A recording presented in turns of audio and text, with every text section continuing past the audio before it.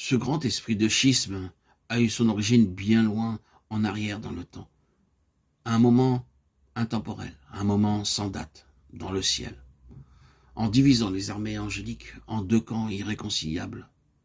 Plus tard, il a entraîné la terre et a eu une longue, très longue histoire, gagnant de la force et prenant de l'ampleur dans des guerres qui toujours se multiplient et s'intensifient.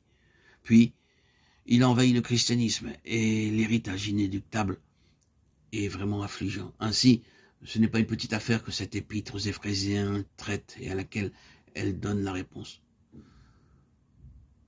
Nous avons vu que le cœur de toute cette affaire est atteint et touché par une seule phrase qui résume l'intention de Dieu. Cette phrase est pour l'administration de la plénitude des temps, à savoir de réunir en toutes choses, dans le Christ, les choses qui sont dans les cieux, les choses qui sont sur la terre en lui. Éphésiens 1:10. Tandis que nous pouvons envisager cela comme la finalité au-delà de cet âge. Notre souci concerne cet âge. N'y a-t-il aucune issue, aucun espoir pour au moins une approche de cela maintenant? L'épître aux Éphésiens nous laisserait sûrement dans notre embarras si elle nous montrait du doigt qu'un âge futur n'avait aucune réponse à la tragédie présente. Mais elle a la réponse. Cette réponse est fournie par différents moyens et de plusieurs manières. Peut-être la manière la plus simple, la plus directe et la plus utile sera de laisser Paul lui-même être la réponse.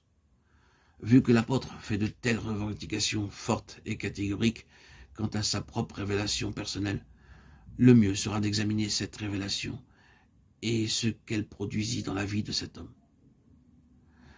À la fin du chapitre 4, nous avons remarqué que le nom de la personne de Jésus-Christ est mentionné quelques 40 fois dans cette courte épître.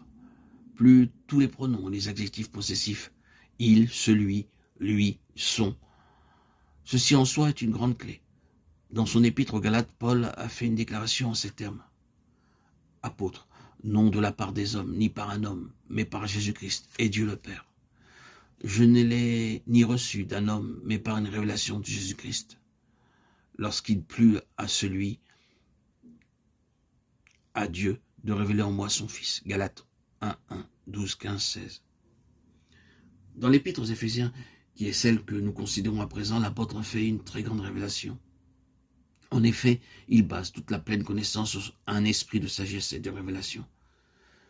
Très bien, donc la réponse à cette grande question qui est devant nous et qui est le sujet de toute cette discussion et cette délibération fébrile dans la chrétienté se trouve dans la révélation et l'appréhension du Fils de Dieu. C'est entièrement une question de savoir si le Fils de Dieu a réellement été vu par une opération du Saint-Esprit ou non. Le genre de vision auquel nous faisons allusion représente une époque, une rencontre, une révélation, une crise. Il n'y a aucun pouvoir sur cette terre qui aurait pu changer ce Saül de Tarse, violent, fanatique, sectaire, ce pharisien, fils de pharisien, en l'apôtre des païens. Romains 11, 13.